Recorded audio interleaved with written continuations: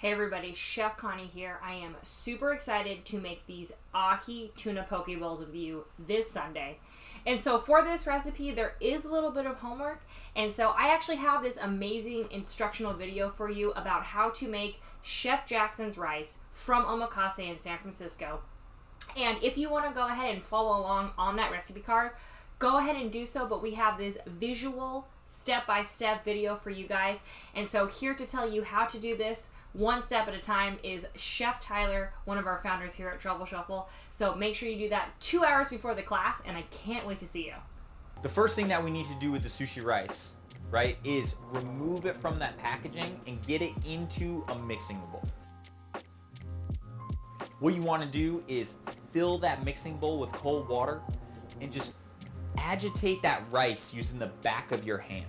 And you'll notice that water will get cloudy as you are agitating that rice. And that's the starch washing off of the rice. So what we want to do is just drain that cloudy water out of that mixing bowl and repeat that process. And so this might take 8 to 10 times. This might take even up to 20 times, right? But you want to make sure that water is nice and clear by the time you're done with the rice washing process.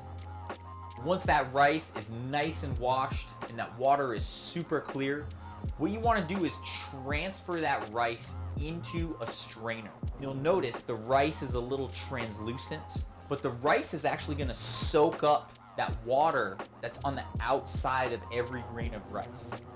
And what that's going to do is allow it so we have to add less water in the actual cooking process, and it allows every grain of rice to truly bloom during cooking.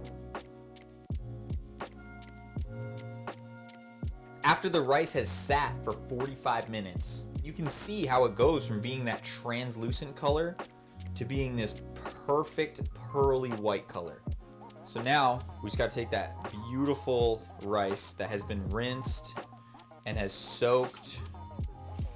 As you'll notice, the rice doesn't clump up anymore like it did when it was wet, because again, that water has been absorbed by the rice itself. And we're going to cover this rice with 2.5 cups of water. As you move the rice around, the rice is just barely covered with water, just barely. And that's exactly what you want. So now that we've got the water on top of the rice, we're going to put the rice on the heat and bring it to a simmer.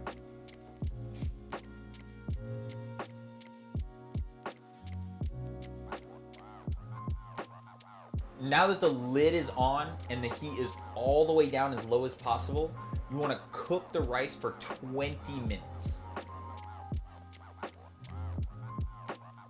Now that we've turned the heat off, you want to let that rice sit with the lid on for 25 minutes.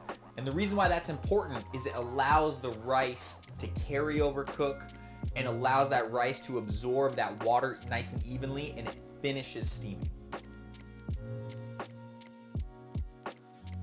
Now that the rice has sat for about 25 minutes, it is perfectly cooked. And what you'll notice is the rice that's right on top is always just a little bit undercooked, right? Just a little bit. But what you'll notice is as you dig into the rice, right?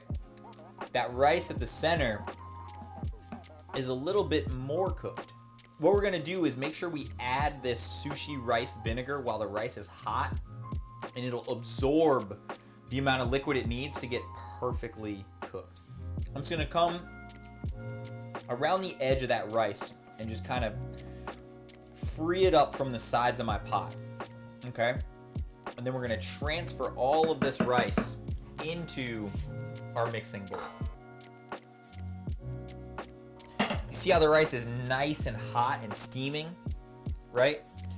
So you just wanna lay this rice out into an even layer. And what we're gonna do is add all of our sushi rice vinegar. And we're gonna do that by pouring the vinegar over the top of this wooden spoon. The hot rice will absorb some of this liquid. And then that sushi rice vinegar really adds that depth of flavor to that sushi rice. Once we have all the vinegar poured on top, what we want to do is using our spoon, we want to actually cut that vinegar into the rice. And you want to break up all these clumps, right? So make sure you kind of hit every single clump, okay? And then I move my rice horizontally. I'm cutting that vinegar into that rice in the other direction. You see how the vinegar glazes each piece of rice so it looks nice and shiny, almost like a jewel. Again, you want to cut that vinegar into that rice. You're actually going to kind of fold that rice a little bit too to make sure that vinegar gets all over it. And again, just making sure you get all those little clumps. So now that my vinegar's been stirred into that rice, look at the texture of that beautiful sushi rice. So again, like I said, as the sushi rice cools down, you'll see the texture gets nice and sticky like that, right? But just take a little bit of that rice and taste it.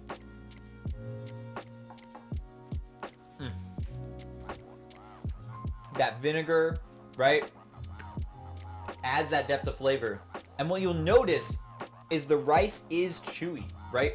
You want to be able to chew through it. You don't want it mushy, right? But it is, in Italian they call it al dente, right? But that is exactly what you want in this sushi rice, okay? So at this point, all we want to do is take a nice clean kitchen towel and just cover the top of that rice and have it ready for our class. Again, make sure that you get this recipe going at least 2 hours before the class, right? And just follow it step by step because it's outlined exactly as it is in the written recipe.